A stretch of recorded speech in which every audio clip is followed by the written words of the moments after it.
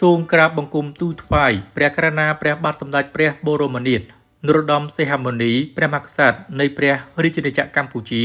ជាទីគោរពសក្ការៈដ៏ខ្ពង់ខ្ពស់បំផុតបបិទ្ធព្រះករុណាជាអម្ចាស់ជីវលើត្បូងជាទីគោរពសក្ការៈដ៏ខ្ពង់ខ្ពស់បំផុតនៅក្នុងឱកាសដ៏មហានក្ខត្រឹកប្រពៃថ្លៃថ្លាពោពេញដោយក្តីសោមនស្សរីករាយនៃព្រះរាជពិធីបុណ្យខួបលើកទី18នៃការយាងឡើងគ្រងរាជសម្បត្តិរបស់ព្រះករុណាជាអម្ចាស់ជីវិតលើត្បូងដែលនឹងប្រព្រឹត្តទៅនៅថ្ងៃទី29ខែតុលាឆ្នាំ2022ខាងមុខនេះ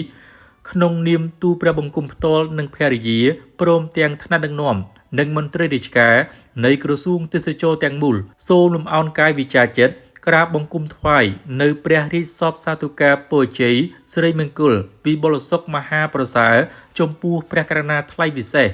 សូមព្រះអង្គទ្រង់ប្រកបដោយព្រះរាជសុខភាពល្អបរិបូរណ៍ព្រះបញ្ញាញាណភ្លឺថ្លាឆ្លៀសវៃព្រះកាយពលមាំមួនខ្លាំងក្លាព្រះជន្មាយុយឺនយូរដើម្បីព្រះអង្គទ្រង់គង់នៅក្នុងព្រះបរមសារីរាជសម្បត្តិនិងបន្តព្រះរាជសកម្មភាពដ៏ឧត្តមឧត្តមជាប្រវត្តិសាស្ត្រជូនជាតិមាតុភូមិនិងប្រជារាស្ត្រតរៀងទៅទូលព្រះបង្គំយើងខ្ញុំទាំងអស់គ្នាសូមព្រះបរមរាជានុញ្ញាតសម្ដែងថ្វាយនៅកតញ្ញូ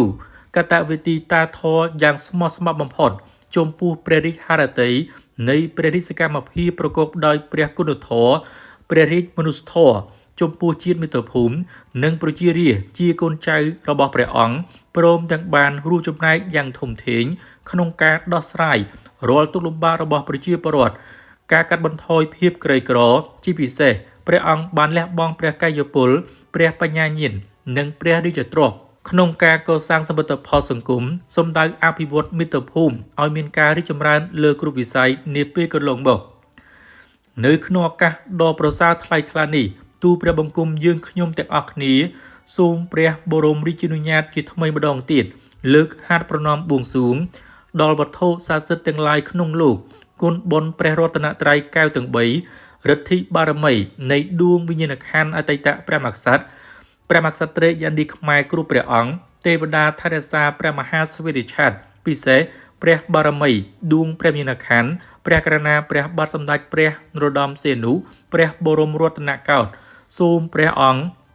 តាមជួយបិចបាច់ថែរក្សាអភិបាលប្រោះព្រំព្រះរាជសពសាធុការពរជ័យគ្រប់ប្រការថ្វាយចំពោះព្រះករុណាថ្លៃវិសេសសូមព្រះករុណាជាអម្ចាស់ទ្រង់ប្រកបដោយព្រះពុទ្ធពរ4ប្រការគឺអាយុវណ្ណៈសុខៈពលៈជានិច្ចនិរន្តរ៍កុំបីឃ្លៀងឃ្លាតឡើយសូមព្រះករុណាថ្លៃវិសេសទ្រង់ព្រះមេត្តាទទួលនៅភក្តីភាពដ៏ស្មោះស្ម័គ្រនិងការគោរពដ៏ខ្ពង់ខ្ពស់បំផុតអំពីទូលព្រះបង្គំយើងខ្ញុំនិងភរិយាថ្ងៃសុក្រ11រោចខែអាសត់ឆ្នាំខាលចត្វាស័កពុទ្ធសករាជ2566សូមក្រាបបង្គំទូលថ្វាយនៅរាជធានីភ្នំពេញថ្ងៃទី21ខែតុលាឆ្នាំ2022តំណាងថ្នាក់ដឹកនាំនិងមន្ត្រីរាជការនៃក្រសួងទេសចររដ្ឋមន្ត្រីហត្ថលេខាធិការថោងខុន